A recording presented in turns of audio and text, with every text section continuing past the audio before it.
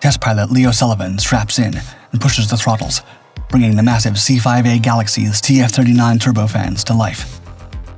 It's taken years of painstaking engineering just to get here. It needed wings strong enough to carry 2 battle tanks and 6 helicopters across the world. Its landing gear and structural frames have been redrawn from scratch just to ensure this Titan can stand on its own. But the result has been worth it. With a wingspan stretching longer than a football field and a silhouette that towers over the runway like a building, this is the largest aircraft America has ever built. The giant slowly picks up speed. Sullivan pushes the throttles at maximum capacity, engines burning 80 gallons of fuel a minute as it nears the end of the runway. Time to see if America can get 380,000 pounds of metal into the sky.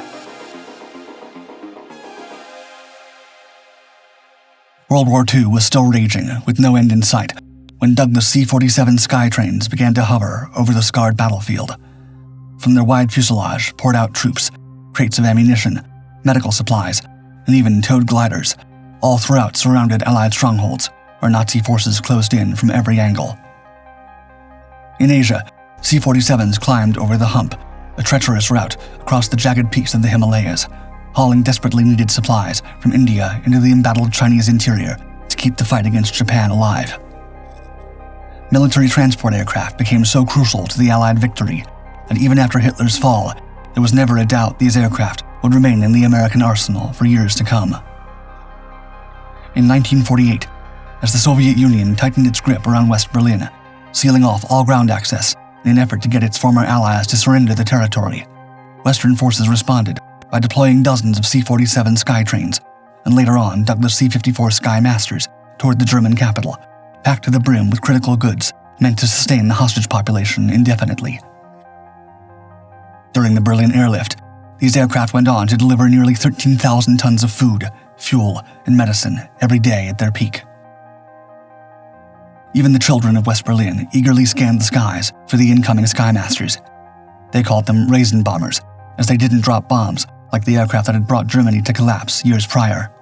Instead, they deployed candy, released alongside small parachutes over the airfields of the region.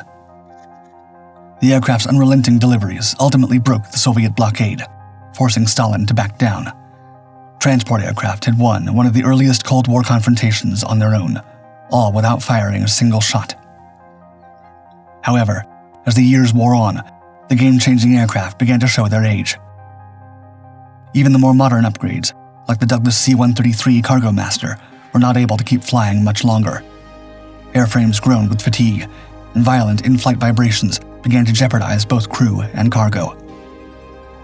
The Air Force turned to the Lockheed C-141 Starlifter, a sleeker, faster, jet-powered workhorse. But while it could keep flying, its cargo bay was too small to haul the new generation of Cold War weaponry. America needed something radically bigger. By 1963, the call went out for a next-generation heavy lifter. Officially named the CX-LHC program, which stood for Cargo Experimental Heavy Logistics Capability, the requirements were almost science fiction for the time. The new aircraft had to carry up to 180,000 pounds of cargo, cruise just shy of the speed of sound, feature both nose and tail cargo doors, include a cavernous cargo bay 17 feet wide, 13.5 feet high, and 100 feet long, and operate using only 4 engines at a time when most aircraft relied on 6. It was an audacious engineering challenge. Yet within a year, 5 aerospace giants stepped forward: Boeing, Lockheed, Douglas, Convair, and Martin Marietta, each one eager to prove they were worthy of building the world's largest and most powerful cargo aircraft. As engineers raced to design their new concept, a clear trend began to emerge. Many of the most promising concepts shared a similar silhouette, a towering fuselage with the cockpit perched above the cargo bay, allowing vehicles to be driven straight into the aircraft's belly. Beneath those massive airframes, designers also proposed forward-swept wings, wide enough to endure the immense strain of hauling battle tanks, helicopters, radar platforms, and classified Cold War weaponry. In order to power the aircraft, a parallel engine development competition took place, summoning the country's top propulsion firms to create a jet engine capable of lifting their new flying warehouse off the ground. Ultimately, it was General Electric that was commissioned to bring the engine to life. Their TF-39 model delivered a then unprecedented 43,000 pounds of thrust, powered by a radical 8-to-1 bypass ratio, at a time when most engines struggled to reach a 2-to-1 ratio. The TF-39 was longer than the average car and nearly 9 feet wide, yet it was expected to deliver an incredible fuel efficiency performance. With the engine solution in hand, the Air Force now had to choose an airframe. Officials narrowed their choices to 3 finalists: Lockheed, Boeing, and Douglas. Each was given 1 year to refine their designs, validate performance predictions, and prove they were ready for production. Boeing's model was the frontrunner, but when the cost estimates hit the table, Lockheed pushed ahead with a cheaper design. Their engineers had taken a risk. They extended the cockpit forward into the fuselage itself. The tail featured a T-tail configuration, which was uncommon, but potentially more aerodynamically efficient. It may not have been what the Air Force first had in mind, but the airframe met all the technical requirements. After months of analysis and heated deliberation, the decision came down in 1965. Lockheed had won the contract.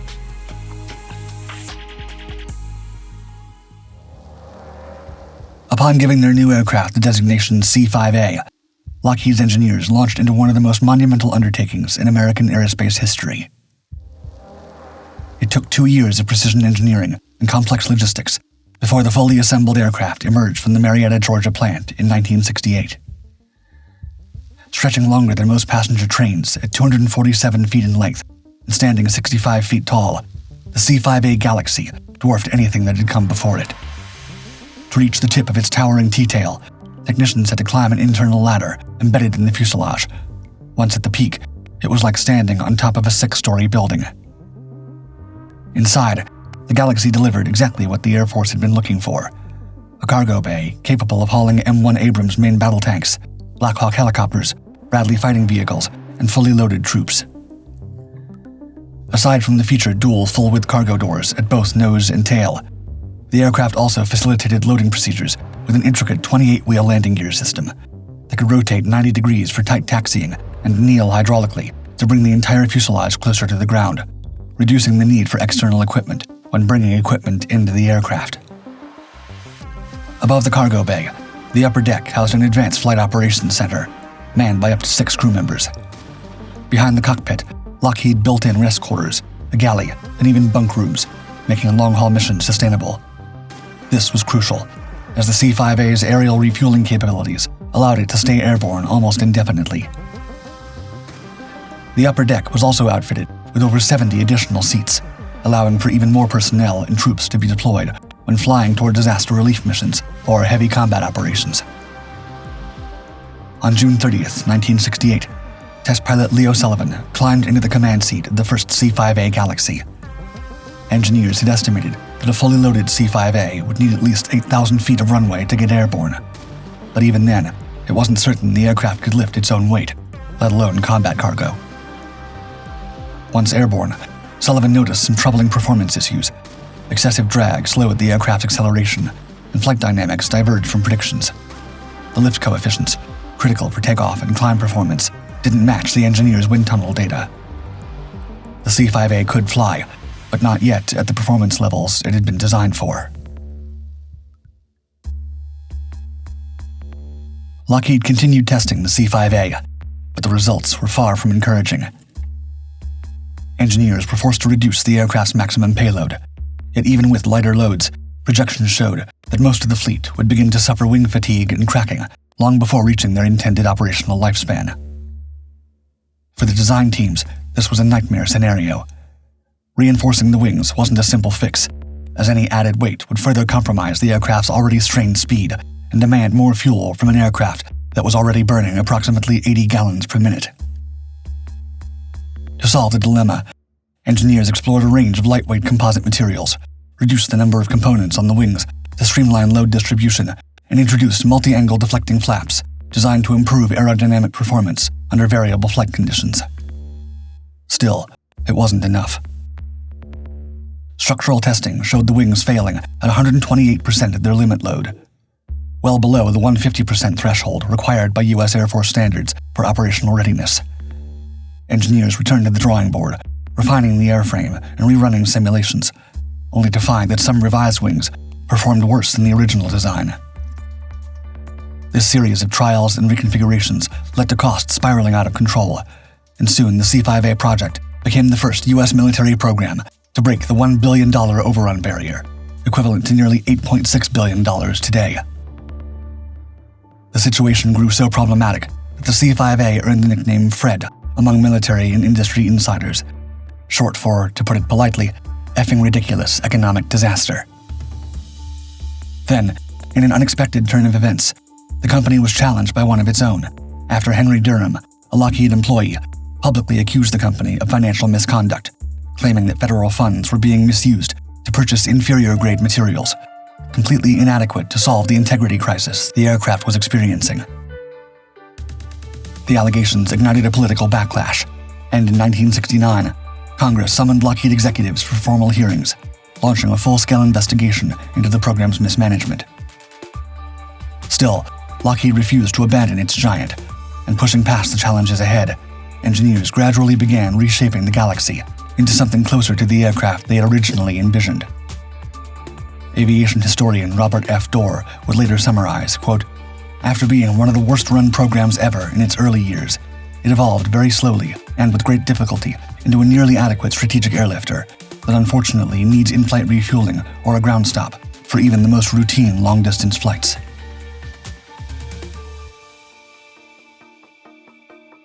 Just as Lockheed began to glimpse a future where the C-5 Galaxy might finally fulfill its promise, the company was hit by the full weight of the economic disaster it had brought upon itself.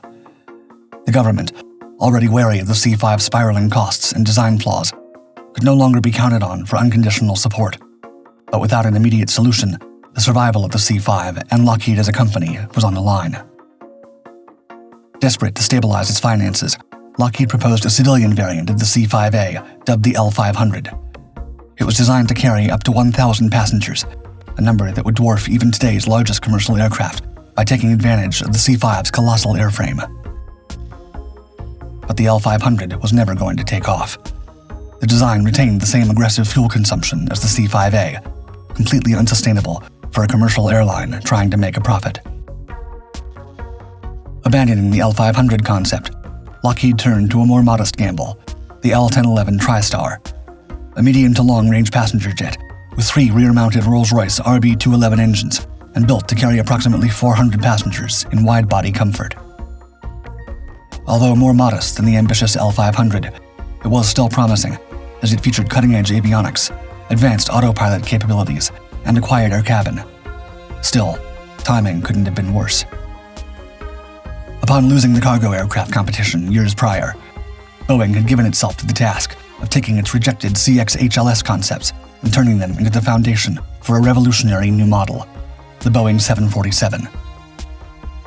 Introduced in 1970 with Pan Am, the 747 became the first jumbo jet, with a revolutionary twin-aisle configuration and a distinctive humpbacked upper deck that became an icon of air travel. Depending on the variant, the 747 could carry anywhere from 270 to 460 passengers across oceans with remarkable range and efficiency. Only 250 TriStars would ever be built before Lockheed shut down the line in 1984.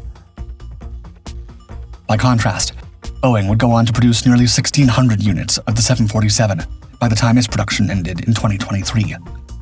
Boeing may have lost the military transport aircraft competition, but it won in the realm of commercial aviation.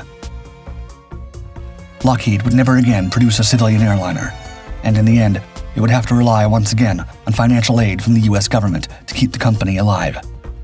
Officials weren't happy about this, yet they weren't looking forward to the loss of one of their most important defense contractors. And so, they reluctantly approved one more loan to guarantee Lockheed would remain afloat. The company had one last chance to take the C-5 Galaxy from flawed prototype to frontline workhorse. By mid-1970, the C-5A was finally ready for its first battlefield deployment. Its destination was the hostile jungles of Vietnam. It had taken countless trials and a mountain of resources to get the aircraft into combat readiness. But when its wheels slammed down on the makeshift runways of Southeast Asia, the Galaxy proved it was ready to get to work. With a fuselage loaded with tanks, helicopters, and troops, the C-5A thundered into embattled zones, bringing immediate reinforcements to American strongholds besieged by the Viet Cong. The aircraft muscled through monsoon-soaked skies and narrow landing strips, hauling tens of thousands of pounds of gear into some of the most inaccessible corners of the war zone. However, its arrival was too late to change the tide of the conflict, and rather than lifting the U.S. to victory like its World War II-era predecessors, the C-5A's role shifted to withdrawal shortly after entering service. In April 1975, the C-5A was assigned to the inaugural mission of Operation Baby Lift, a humanitarian effort to evacuate orphaned South Vietnamese children to the United States and other allied nations. The aircraft lifted off from Clark Air Base in the Philippines, climbing into the sky and heading away from the collapsing front without delay. However, as the aircraft hovered over the South China Sea, the locks on one of the aft cargo ramps failed, forcing the massive rear cargo door open mid-flight. A violent decompression ripped through the aircraft's interior. Wind howled through the cabin like a hurricane, severing control cables, destroying hydraulic systems, and violently destabilizing the jet. Pitch control was gone, and the crew soon began to lose altitude. At the helm was Captain Dennis Traynor, who immediately took manual control, fighting to steady the crippled bird, now plummeting at nearly 300 miles per hour. Invoking all his strength, he managed to bring the aircraft into a descending turn, attempting a full 180-degree maneuver to return to Tan Son Nhut Air Base for an emergency landing. However, as the aircraft descended, the situation worsened, and with no elevator control, the aircraft struck the ground once, bounced back into the air briefly, then slammed down again. Traynor had no choice but to execute a crash landing while he still had limited control. Moments after crossing the Saigon River, the C-5A slammed into a rice paddy and shattered into 4 massive pieces, its wings torn off and fuselage mangled beyond recognition. Of the over 300 souls aboard, more than half perished in the wreckage. The crash remains the 3rd deadliest accident involving a U.S. military aircraft. After the tragedy, pressure mounted to ground the entire C-5 fleet. Despite the C-5 Galaxy's tragedy over Asia, officials could not ignore that, ever since the aircraft had made its formal debut, it had proven its worth on more than one occasion, and scrapping it from the Air Force's arsenal would have a colossal impact on America's strategic capabilities. During the Yom Kippur War, C-5 Galaxies were used for Operation Nickel Grass, a massive American airlift launched to resupply Israeli forces at a critical moment. With unmatched payload capacity and intercontinental range, the C-5 delivered more than 22,000 tons of military equipment directly into Israeli hands. Touching down on the edge of an active war zone, these aircraft helped stabilize the front lines and reaffirmed their status as the backbone of America's strategic airlift capability. And the C-5 wasn't confined to combat zones. Shortly after its success during Operation Nickel Grass, the U.S. Air Force's Space and Missile Systems Organization saw potential in the aircraft as a launch platform for their most ambitious project yet, airdropping an intercontinental ballistic missile. In a series of highly classified tests, an 85,000-pound Minuteman ICBM was loaded into the Galaxy's cargo hold, flown over the Pacific Ocean, and released at an altitude of 20,000 feet. The missile plunged in freefall before its engines ignited mid-air, rocketing skyward once again to 20,000 feet, before arcing and crashing into the sea below. Though the U.S. never adopted airborne ICBM launches as a permanent strategy, the demonstration made a critical point. The C-5A could serve as a mobile, flexible platform to deploy weapons of unimaginable power, set to keep American enemies at bay. With its status as a potential missile platform now validated, the Galaxy was soon absorbed into even more secretive programs. By the late 1970s, C-5s began transporting crates of contents so classified, few knew that inside were the components of what would become the Lockheed F-117 Nighthawk, the world's first operational stealth fighter, a legendary aircraft that would soon go on to dominate high-value strike missions during the Gulf War, Afghanistan, and Iraq. The C-5's growing list of successes gradually shifted the reservations once held by Air Force and defense officials, and as the 1980s approached, some began to whisper that the Galaxy would even be chosen to help NASA's space shuttle program take off. While NASA sought an aircraft Capable of transporting a fully assembled space shuttle across the U.S., the C-5 Galaxy stood out as a strong candidate. But just as Lockheed's airlifter appeared ready to join the nation's space race, an old rival resurfaced. The Boeing 747, with its wing configuration and fuel efficiency, was a more reliable platform for carrying the orbiter, and NASA agreed. The agency commissioned modified versions of the aircraft, designated the 747-100 and the 747-100SR. These planes would go on to ferry the prototype orbiter Enterprise, and eventually all operational space shuttle orbiters between launch and landing sites. Yet Lockheed wasn't ready to let Boeing claim all the glory this time. By the early 1980s, Lockheed returned to NASA with a new design, the C-5A Space Cargo Modified, or SCM. Engineers stripped part of the upper deck and split the rear cargo doors down the center line, allowing the SCM to load outsized cargo too tall for the standard configuration, such as fully integrated satellites and space hardware. The aircraft was further equipped with onboard power outlets to support electrically sensitive systems in transit, making it an ideal transport for delicate, mission-critical equipment. Though it never piggybacked the space shuttle across American skies like the 747, the SCM became a vital logistical partner in classified Department of Defense space programs and NASA operations, ensuring that the legacy of the Galaxy carried on for decades to come. Although the Air Force eventually tapped Boeing to develop the C-17 Globemaster III as its next-generation airlifter, the role of the C-5 Galaxy never faded. By the time President Ronald Reagan took office in the 1980s, amid escalating Cold War tensions and a renewed focus on military strength, defense officials decided to take the C-5 into a new era with a major upgrade.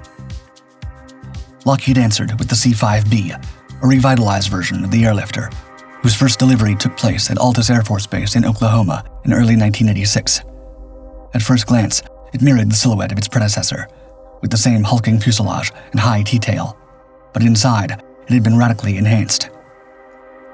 The C-5B featured state-of-the-art avionics for the time, providing pilots with greater situational awareness and easier handling, even in contested airspace. Its upgraded TF-39 engines, while still based on the originals, were modified for better reliability. Most importantly, Lockheed tackled the aircraft's Achilles heel, its wings. Engineers reinforced them using materials that hadn't existed 2 decades earlier, dramatically improving fatigue resistance and structural longevity. Over the next 3 years, 50 C-5Bs joined the fleet. Still, Lockheed didn't stop there. As new technologies emerged, the Galaxy kept evolving.